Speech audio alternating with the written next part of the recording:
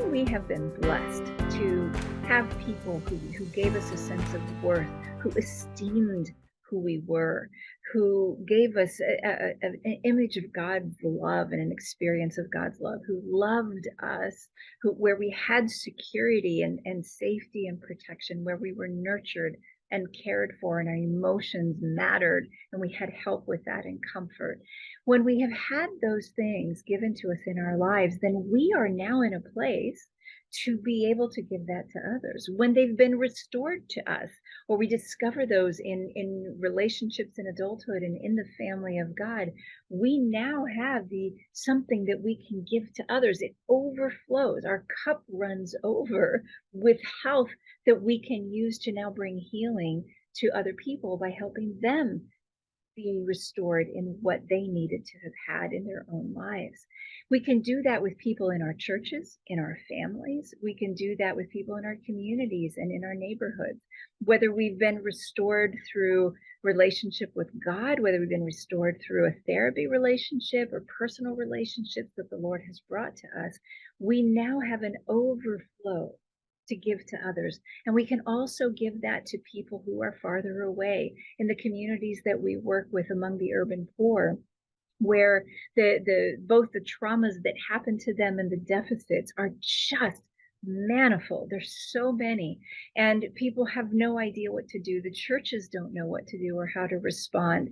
We can overflow from what God has given us and give that same opportunity for restoration and healing to others, that they may also overflow and be able to take that to their communities and to their society. And so this Giving Tuesday, we just want to invite you to overflow with what God has given to you and through these blessings, and be able to serve and bless other people in other parts of the world. These insights from Dr. Carmen are profound. Are you able to keep up with them? Remember that you can go back and re-watch the earlier videos in this series. There is life in what she teaches. Don't miss any part of it. There are two kinds of trauma. Trauma from bad things that should never have happened to you. On the opposite, trauma that comes from deficit. You didn't get all of the good things that God intended for you, especially during your formative years. Where does this take us? For each of us personally, God's message is that He wants us to be free of trauma and its ongoing damage. Jesus came to release the captive. But God doesn't stop there. There's more than our personally being released from trauma and its effects. God wants to overflow His goodness through you. Not only be healed, but it's like a river of living water flowing out from you to other people. Look for opportunities to be that kind of a blessing. And when you give to reclaim life, more people break free from their trauma. Your support reaches men and women trapped in addictions when they futilely tried to soothe deep hurts inside themselves. A teenager who was sexually abused from childhood.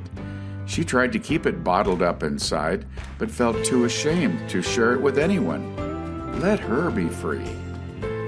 A mom who grew up orphaned emotionally by her parents is trying to give her children love like she never received.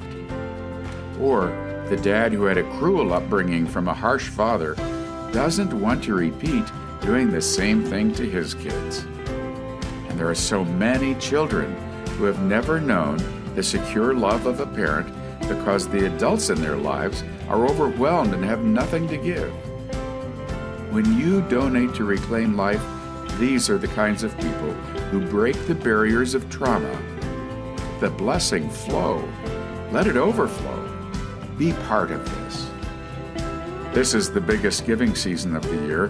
The support we gather right now makes next year's outreach possible. Be part of trauma healing. Give generously to reclaim life. Thank you.